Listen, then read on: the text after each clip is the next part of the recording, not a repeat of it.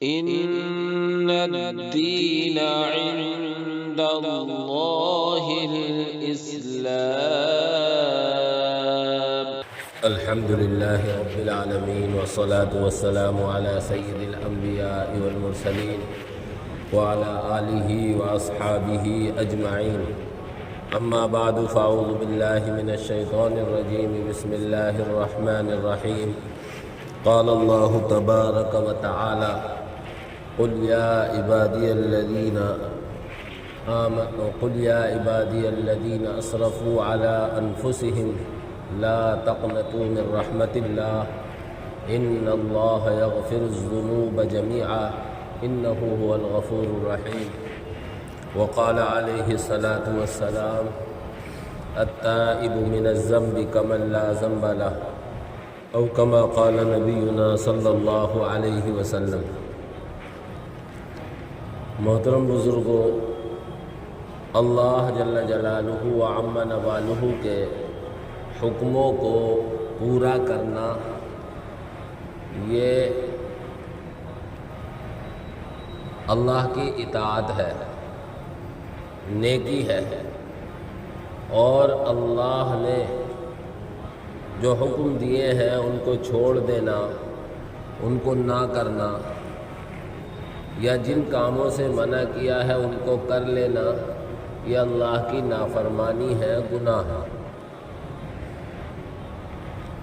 دنیا میں اللہ رب العزت والجلال نے تمام انسانوں کو اپنے حکموں کے ماننے اور نہ ماننے، نیکی کے کرنے اور نہ کرنے کا اختیار دیا. اسی کے ساتھ ساتھ اللہ تبارک و تعالی نے ہمارے اندر نفس اور باہر سے شیطان، یہ دو چیزیں ایسی پیدا کی ہیں جو انسان کو نیکیوں سے روکتا ہے اور برائیوں پر آمادہ کرتا ہے، برائی کے کرنے کا تقاضا کرتا ہے. دنیا کا کوئی بسنے والا انسان یہ دعویٰ نہیں کر سکتا کہ مجھ سے گناہ نہیں ہوتا. اللہ رب العزت والجلال نے یہ شان صرف اور صرف حضرات انبیاء کرام کو عطا فرمائی تھی کہ حضرات انبیاء سے کوئی گناہ نہیں ہوتا، اور اگر کوئی نبیوں سے چوک ہو بھی گئی تو اس چوک پر نبیوں کو باقی نہیں رکھا گیا، یعنی ان کو تنبیہ کر دی گئی اور اس چوک سے انہوں نے اپنی رجوع کر لیا، غلطی سے توبہ کر لی. اس لیے دنیا میں انسانوں میں صرف معصوم حضرات انبیاء کرام، باقی تمام انسان گناہ گار ہیں، گناہ کرتے ہیں، اور گناہ کرنا انسانی فطرت بھی. خود اللہ کے نبی صلی اللہ علیہ وسلم کی حدیث ہے، اللہ نے فرمایا، حدیث قدسی ہے کہ اگر تم گناہ نہیں کرو گے تو میں دوسری ایسی مخلوق پیدا کروں گا جو گناہ کرے گی اور توبہ کرے گی. اس لیے گناہ کا ہو جانا یہ کوئی تعجب کی بات نہیں. البتہ گناہوں پر باقی رہنا، گناہوں پر اصرار کرنا، گناہ پر گناہ کرتے رہنا، یہ انتہائی بے شرمی کی بات ہے. گناہ اور غلطی ہو جائے تو اس گناہ اور غلطی کو ختم کرنے کا راستہ اللہ رب العزت والجلال نے توبہ دیا ہے. قرآن کریم میں اللہ فرماتا ہے: قل یا عبادی الذین اسرفوا علی انفسہم لا تقنطوا من رحمت اللہ. آپ کہہ دیجئے میرے ان بندوں سے جنہوں نے گناہ کر کے اپنے اوپر زیادتی کر لی، لا تقنطوا من رحمت اللہ، وہ اللہ کی رحمت سے نا امید نہ ہو. ان اللہ یغفر الذنوب جميعا، بے شک اللہ تعالیٰ تمام گناہوں کو معاف کرنے والا ہے. انہ هو الغفور الرحیم، وہ مغفرت کرنے والا بھی ہے، رحم کرنے والا بھی ہے.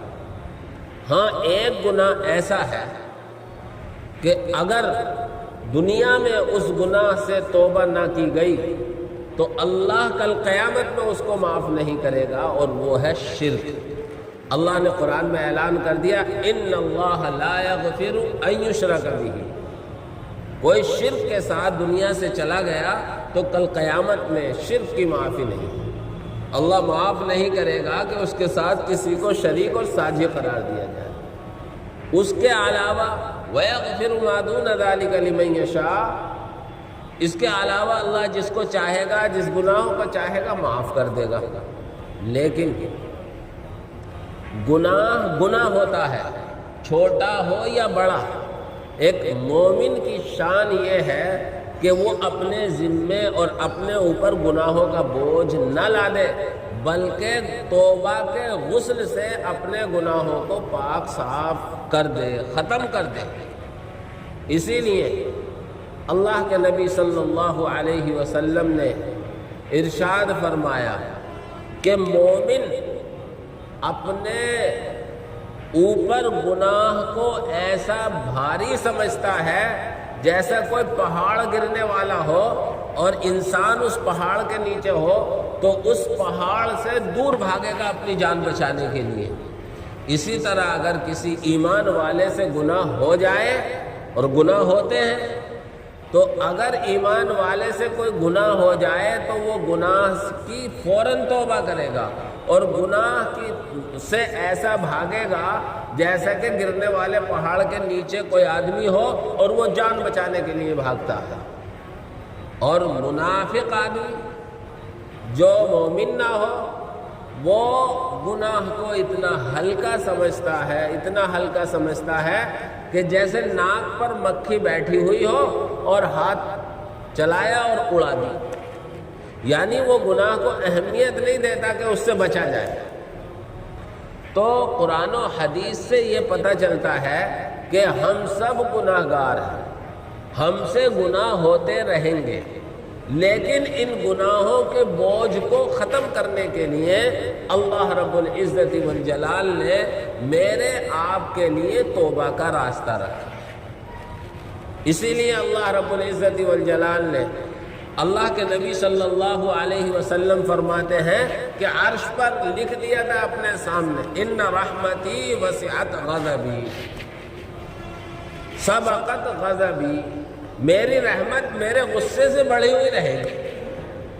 اللہ کا غصہ بھی ہے، اللہ کی رحمت بھی ہے، لیکن اللہ رب العزت والجلال کی رحمت اس کے غصے سے بڑھی ہوئی ہے۔ اس لیے دنیا میں کتنا ہی بڑا کوئی گناہ گار ہو، کتنا ہی بڑا پاپی ہو، اور اس نے دنیا کا کیسا ہی گناہ کر لیا ہو، اگر ایک مرتبہ سچے دل سے اللہ کے سامنے ہاتھ پھیلا کر توبہ کر لے، اے اللہ مجھے معاف فرما دے، تو اللہ تبارک و تعالی پوری زندگی کے سارے گناہ معاف فرما دے۔ چنانچہ بخاری شریف میں ایک بنی اسرائیل کے شخص کا ذکر کیا گیا، اور ایک جگہ نہیں کئی جگہ ذکر کیا گیا ہے، اور حضرت عبداللہ ابن عمر کہتے ہیں میں نے نبی پاک صلی اللہ علیہ وسلم سے یہ واقعہ ایک مرتبہ نہیں کئی مرتبہ سنا ہے۔ کفل نامی ایک آدمی تھا، اللہ نے اسے بڑی مال و دولت عطا کی تھی، صاحب ثروت تھا، اور وہ ساری دولت کا غلط استعمال کرتا تھا۔ ایک عورت تھی بیچاری بڑی مجبور، جب وہ معاشی حالات سے تنگ آئی تو کفل کے پاس وہ قرضہ لینے کے لیے گئی۔ اس طرح کے جو اپنی دولت کا غلط استعمال کرتے ہیں، کسی کی مجبوری کا بہت فائدہ اٹھاتے ہیں، وہ کہنے لگا کہ میں تجھے 60 دینار دوں گا، لیکن تجھے میرے ساتھ منہ کالا کرنا پڑے گا۔ وہ عورت معاشی حالت کی تنگی کی وجہ سے ایسی پریشان تھی کہ اس نے ہاں کر دیا۔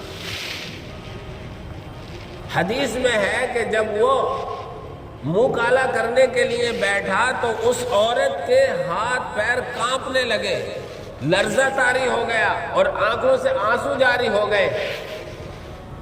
اس کفل نے پوچھا کیا میں نے تیرے ساتھ زبردستی کی ہے؟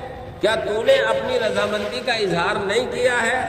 کہنے لگی یہ بات سچ ہے کہ تو نے زبردستی نہیں کی، اور یہ بھی سچ ہے کہ میری رضامندی کے بغیر تو اس کام کو کرنے کے لیے تیار نہیں ہوا، لیکن آج تک میں نے کوئی اس طرح کا گناہ نہیں کیا۔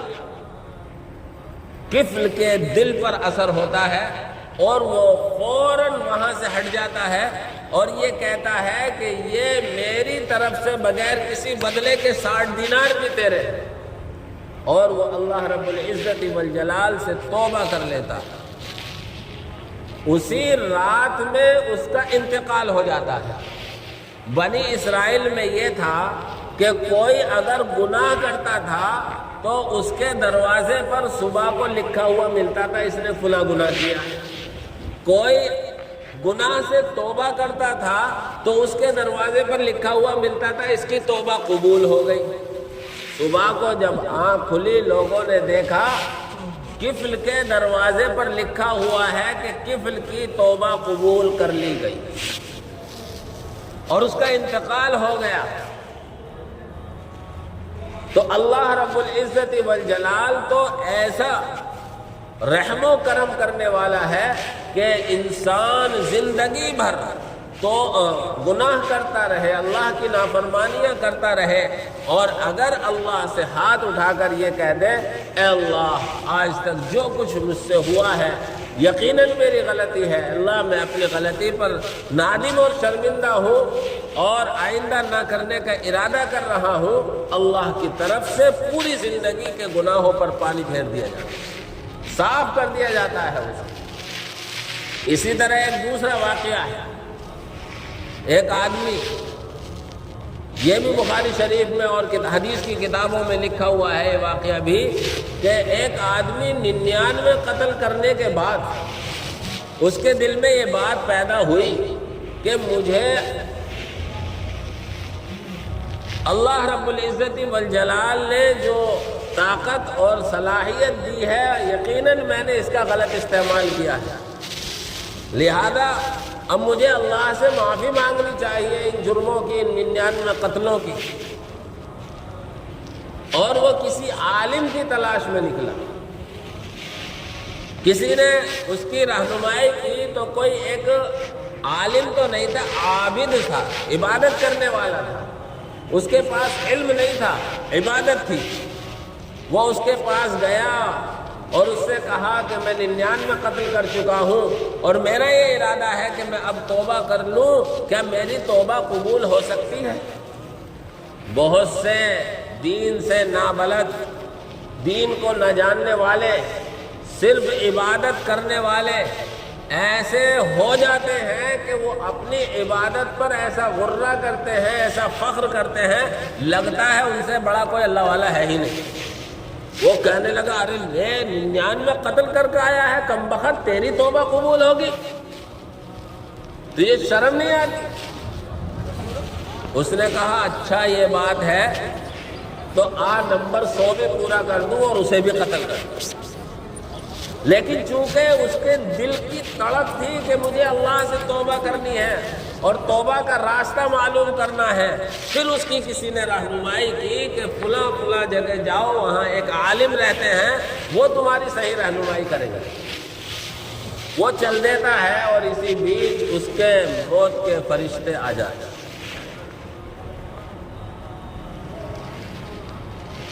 راستے میں اس کی موت کا وقت آ جاتا ہے، اب دونوں طرح کے فرشتے آ جاتے ہیں روح قبض کرنے کے لیے، گناہ گار اور مجرم کی روح قبض کرنے والے بھی اور ملائکہ رحمت بھی، ملائکہ عذاب اور ملائکہ رحمت، اور آپس میں جھگڑا کرتے ہیں۔ وہ کہتے ہیں یہ ہمارے ذمہ ہے، اس کی روح ہم قبض کریں گے، ملائکہ رحمت کہتے ہیں ہم اس کی روح قبض کریں گے۔ ایک فرشتہ آدمی کی شکل میں آتا ہے اور وہ یہ فیصلہ کرتا ہے کہ جہاں یہ جا رہا تھا اور جہاں سے یہ آ رہا تھا دونوں طرف کی زمینوں کو ناپ لو، جس کے قریب ہوگا وہ روح قبض کر لینا۔ اب موقع کے لحاظ سے جہاں سے چلا تھا وہ قریب تھا اور جہاں جا رہا تھا وہ جگہ دور تھی، لیکن اللہ رب العزت والجلال سے یہ سچی توبہ کرنے کے ارادے سے نکل چکا تھا اور سچی توبہ کا راستہ تلاش کر رہا تھا، اس لیے اللہ نے جہاں جا رہا تھا اس زمین کو سپوڑ دیا، سمیٹ دیا، اور جب اس زمین کو ناپا گیا تو وہ جگہ کم نکلی جہاں یہ جا رہا تھا، اور فرشتہ رحمت نے اس کی روح قبض کر لی۔ ان دونوں واقعوں کے سنانے کا مقصود یہ ہے کہ آدمی کتنا ہی بڑا گناہ کر لے، اگر وہ غرغرے کی حالت سے پہلے غرغرے کی حالت وہ کہلاتی ہے جب انسان کی روح قبض ہوتی ہے اور اس کی گردن سے ایک غڑغڑاہٹ کی سی آواز آتی ہے، اسے حدیث میں غرغرہ کہا گیا ہے۔ غرغرے کی حالت سے پہلے اگر توبہ کر لیتا ہے تو اللہ رب العزت والجلال اس کی توبہ قبول کر لیتا ہے، اور اللہ اس کی زندگی بھر کے تمام گناہوں کو معاف فرما دیتا ہے۔ چنانچہ حدیث پاک میں ہے، اللہ کے نبی صلی اللہ علیہ وسلم فرماتے ہیں، التائب من الذنب کمن لا ذنب لہ، گناہ سے توبہ کرنے والا ایسا ہے جیسے اس نے کوئی گناہ ہی نہ کیا۔ توبہ کے لیے کیا ضروری ہے؟ توبہ کے لیے سب سے پہلے تو یہ ضروری ہے کہ آج تک جو گناہ کیے ہیں ان پر نادم اور شرمندہ ہو، یعنی اللہ سے کہے، کسی سے اور سے کہنے کی ضرورت نہیں ہے، اللہ سے کہے، اے اللہ آج تک جو میری غلطی کوتاہی ہوئی ہے، اے اللہ میں ان پر نادم اور شرمندہ ہوں، یعنی اپنی شرمندگی کا اظہار کرے اللہ کے سامنے۔ دوسرے، آئندہ ان غلطیوں کو اور ان گناہوں کو نہ کرنے کا پختہ ارادہ کرے۔ اور تیسرا کام یہ ہے کہ اللہ تبارک و تعالی سے سچے دل سے توبہ کرے۔ ایک تو یہ ہوتا ہے ظاہری طور پر اللہ میری توبہ، اور کان پکڑ کے بہت سو کی عادت ہوتی ہے، جھوٹ بول رہے ہوتے ہیں، اللہ میری توبہ اگر جھوٹ بولوں، اللہ میری توبہ اگر جھوٹ بولوں، اور جھوٹ بول رہا ہوتا ہے۔ تو اللہ کے یہاں تو دلوں کا حال دیکھا جاتا ہے۔ قرآن نے کہا لن ینال اللہ لحومها ولا دماؤها ولکن ینالہ التقوی منکم، اللہ تو تمہارے دلوں کو دیکھتا ہے۔ اسی طرح ایک حدیث میں اللہ کے نبی نے فرمایا ان اللہ لا ينظر الى اجسامکم ولا الى صورکم، اللہ تمہارے بدن کو اور تمہاری شکلوں کو نہیں دیکھتا، ولکن ينظر الى قلوبکم، اللہ تو تمہارے دلوں کو دیکھ رہا ہوتا ہے۔ تو اصل توبہ یہ ہے کہ ہم سچے دل سے توبہ کریں، اللہ سے عزم کریں، ارادہ کریں، اللہ سے وعدہ کریں کہ اللہ ہم نے آج تک جو گناہ کیے ہیں ان کو بالکل چھوڑ دیں گے، آئندہ نہیں کریں گے، اور اب تک کے گناہوں پر ہم اللہ تجھ سے معافی مانگتے ہیں۔ ان تینوں کاموں کے ساتھ اللہ تبارک و تعالی سے ہم توبہ اور استغفار کریں گے تو اللہ تبارک و تعالی ہم سب کے گناہوں کو معاف فرمائے گا۔ قرآن کریم میں ہے، اللہ رب العزت والجلال فرماتا ہے، یا ایھا الذین آمنوا توبوا الی اللہ توبۃ نصوحا، اے ایمان والو تم اللہ سے سچی توبہ کر لو۔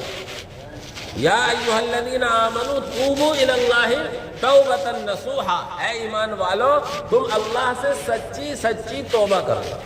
اس لیے میرے بھائیوں، زندگی کا کچھ پتہ نہیں، گناہ ہر وقت ہم سے ہوتے رہتے ہیں، اور گناہ کا ہونا کوئی تعجب کی بات نہیں ہے، لیکن ان گناہوں سے ہم اللہ تبارک و تعالی سے توبہ اور استغفار کرتے رہیں گے تو اللہ رب العزت والجلال کی رحمت ہمارے گناہوں پر پردہ ڈال دے گی، اور اللہ ہماری توبہ کو قبول کر لے گا، اور اللہ تبارک و تعالی ہمیں بغیر استحقاق کے اپنی رحمت کے سائے میں جگہ عطا فرمائے گا۔ اس کے لیے ضروری ہے، قرآن کریم میں اللہ فرماتا ہے، یا تو نبی موجود ہوں گے جب امت کو عذاب نہیں ہوگا، وما کان اللہ لیعذبہم وانت فیہم، اللہ پوری امت کو عذاب نہیں دے گا جب تک کہ نبی امت کے اندر موجود ہو، یہ کام تو اب ممکن نہیں ہے، نبی تو دنیا سے جا چکے۔ دوسری شکل اللہ نے بیان فرمائی، وما کان اللہ معذبہم وہم یستغفرون، اور اللہ پوری امت کو عذاب نہیں دے گا اس حال میں کہ وہ اللہ سے معافی مانگتے رہے، استغفار کرتے رہے۔ اس لیے حدیث میں آیا ہے، دعا ہے اللہم اغفر لی وللمؤمنین والمؤمنات۔ اگر دن میں ایک مرتبہ بھی آدمی اس دعا کو پڑھے گا، اللہم اغفر لی وللمؤمنین والمؤمنات، ترجمہ ہے اس کا، اللہ میری بھی مغفرت فرما، ایمان والے مردوں کی بھی اور ایمان والی عورتوں کی بھی مغفرت فرما۔ تو حدیث میں آتا ہے کہ ہر ایمان والے کی طرف سے اسے ایک نیکی عطا کی جائے گی۔ پوری دنیا میں اندازہ لگائیں کیا کروڑ مسلمان ہیں، اگر ایک مرتبہ ہم نے اللہم اغفر لی وللمؤمنین والمؤمنات پڑھ لیا تو ہمیں پورے مسلمانوں کی طرف سے ایک ایک نیکی ملے گی، اور اللہ رب العزت والجلال ہمارے کھاتے میں اس کو شامل کر دے گا۔ اس لیے میرے بھائیوں، کوئی دعویٰ نہیں کر سکتا اپنے آپ کو گناہوں سے پاک ہونے کا۔ ہاں، گناہوں سے پاک ہونے کا راستہ اللہ کے نبی صلی اللہ علیہ وسلم نے توبہ بتلایا ہے، اس لیے ہم اللہ سے توبہ کریں، اپنے گناہوں سے معافی مانگیں۔ اللہ ہم سب کو اپنے گناہوں سے توبہ کرنا آسان فرمائے، آمین۔ وآخر دعوانا ان الحمد للہ رب العالمین۔ اللہ اللہ اللہ